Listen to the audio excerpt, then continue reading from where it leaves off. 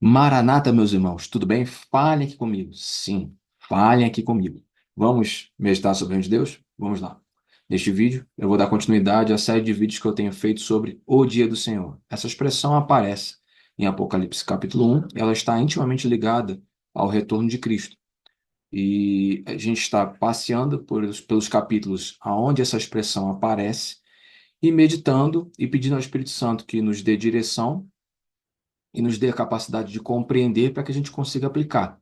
É responsabilidade nossa nos preparar para o dia do Senhor. E só podemos fazer esse preparo só pode acontecer pela ação do Espírito Santo. Então é por isso que a gente vai meditar, pedir auxílio do Espírito Santo para entender e aplicar tudo aquilo que a gente vai aprender aqui, tudo bem? Bom, neste vídeo, a gente vai para Sofonias, capítulo 1. Essa expressão aparece no versículo 7 e no versículo 14. Perícope, né? Como a gente fez nos outros vídeos, a gente vai separar em perícope. O capítulo inteiro ele vai falar do juízo de Deus a respeito especificamente do dia do Senhor. Neste capítulo, não vai aparecer arrependimento. A gente já viu em outros vídeos que quando se trata do juízo de Deus que virá no dia do Senhor, aparece o Espírito Santo indicando às pessoas a necessidade de arrependimento. Aqui não vai aparecer. Mas por que não?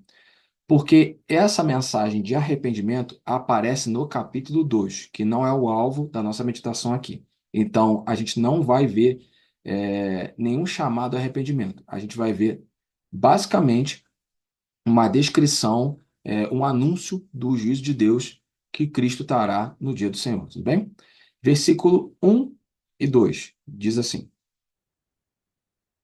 Palavra do Senhor que veio a Sofonias, filho de Cuxi, neto de Gedalias, bisneto de Amarias, trineto de Ezequias, durante o reinado de Josias, filho de Amon, rei de Judá. Destruirei todas as coisas na face da terra. Palavra do Senhor. É um anúncio meio duro, e o Espírito Santo revela esse anúncio a Sofonias para ele comunicar ao povo.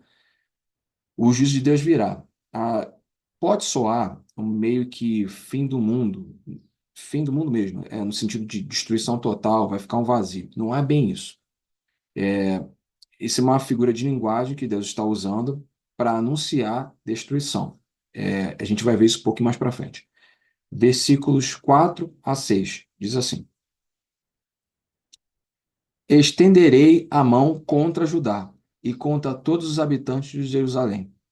Eliminarei desde o lugar remanescente de Baal os nomes dos oficiantes, idólatras e dos sacerdotes, aqueles que, no alto dos terraços, adoram os exércitos de estrelas e que se prostram jurando pelo Senhor e também por Moloque, aqueles que se desviam de seguir o Senhor e não o buscam nem o consultam.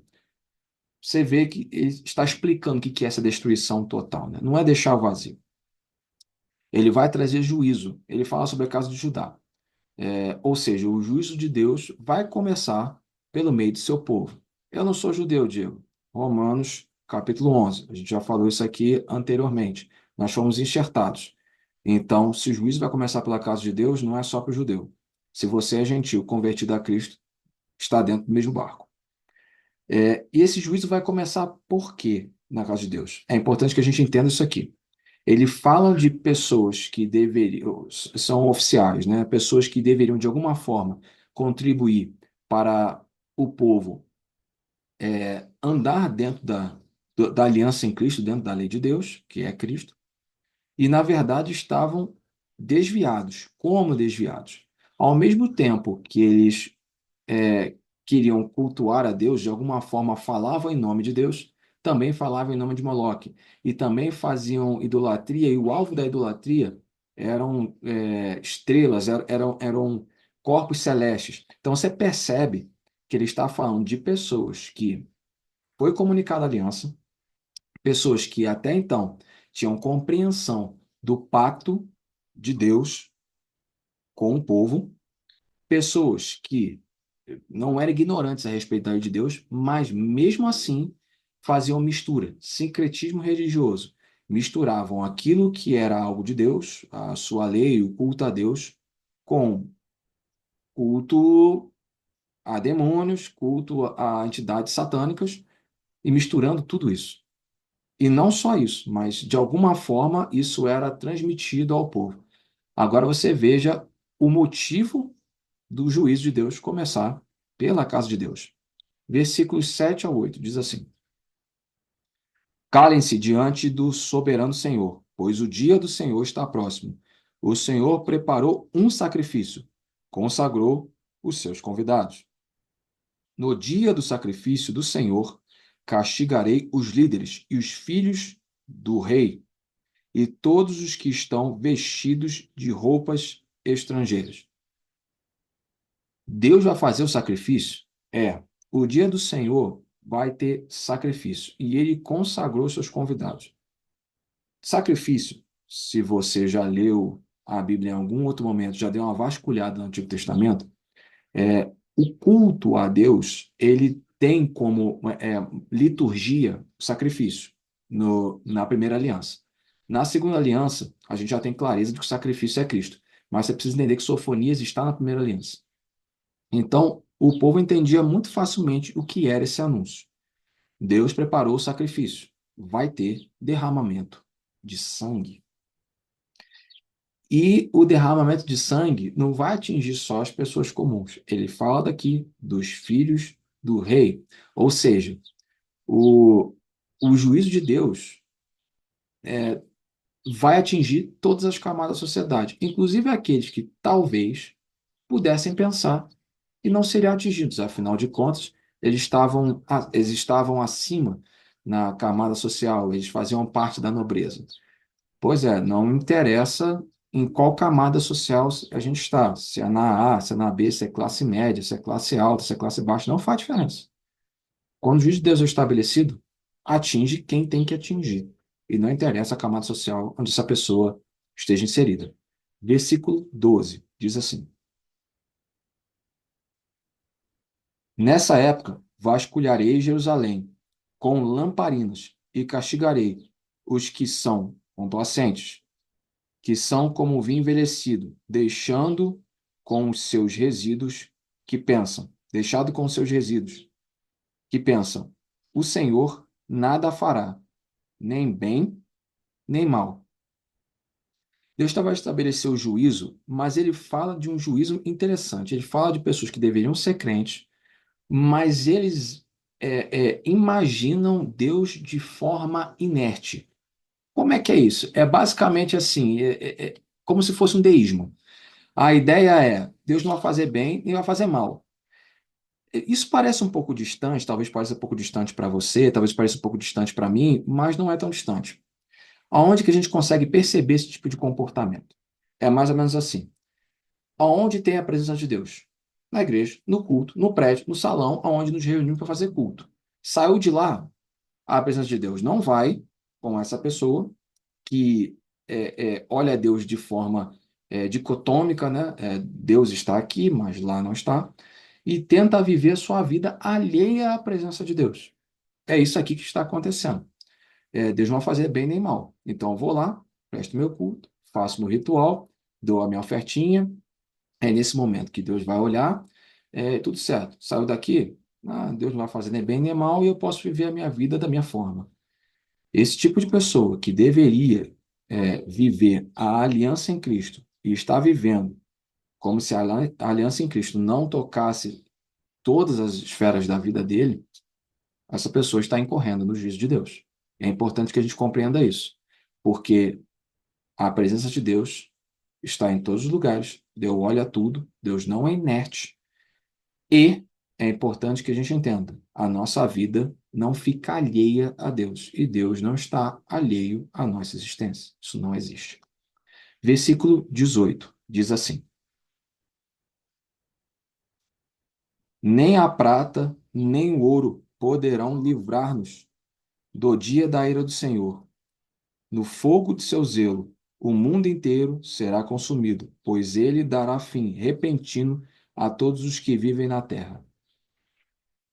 Pode ser, pode ser que nós tenhamos uma ideia extremamente estúpida. Mas qual ideia seria essa?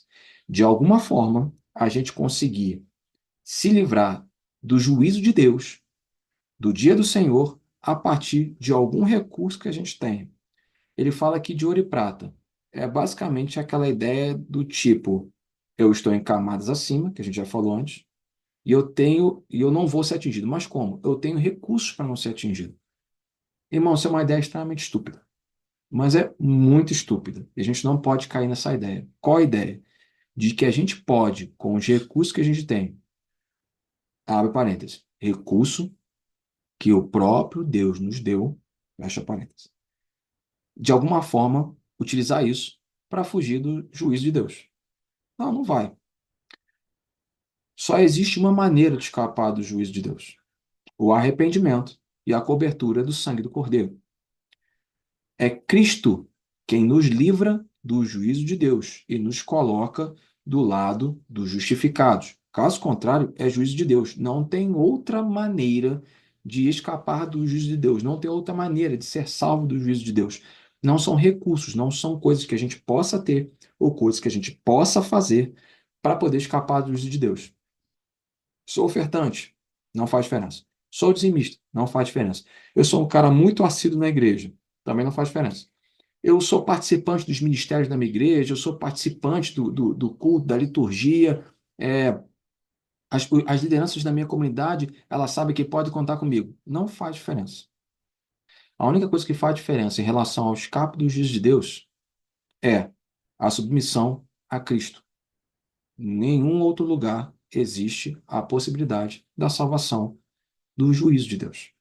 Nem prata, nem ouro, qualquer coisa que a gente faça, vai poder nos livrar do juízo de Deus. E é importante que a gente entenda. Será que por algum acaso a gente acha que Deus não está presente na nossa vida fora das reuniões de salão? Será que a gente está pensando que Deus só está presente quando a gente se reúne para fazer culto? Será que a gente está fazendo algum tipo de sincretismo religioso, misturando aquilo que deveria ser a fé em Cristo, descrito na Bíblia, com outras coisas, oriundas de qualquer outro lugar que não seja a Bíblia? E uma coisa que a gente precisa entender, irmão, a gente precisa perceber, se por algum acaso a gente acha que tem como escapar do juízo de Deus por outro meio que esteja ao nosso alcance, que não seja debaixo da submissão a Cristo.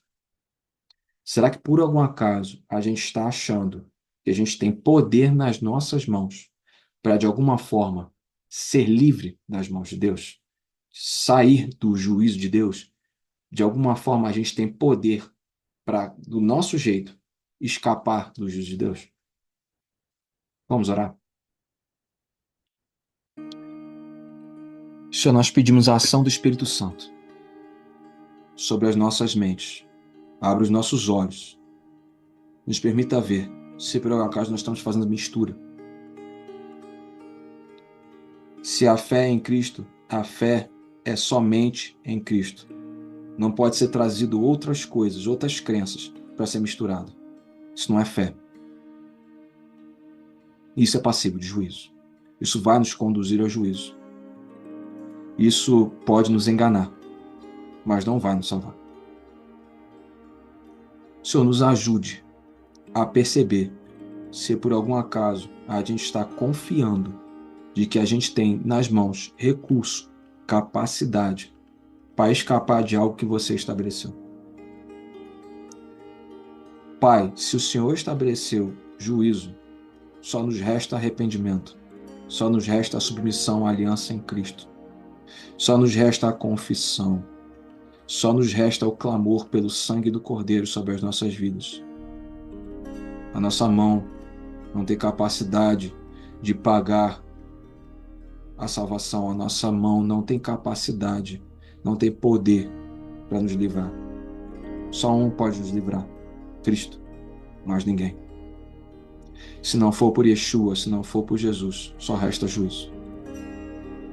Que o Espírito Santo nos conduza a compreender se por algum acaso nós estamos nos enganando.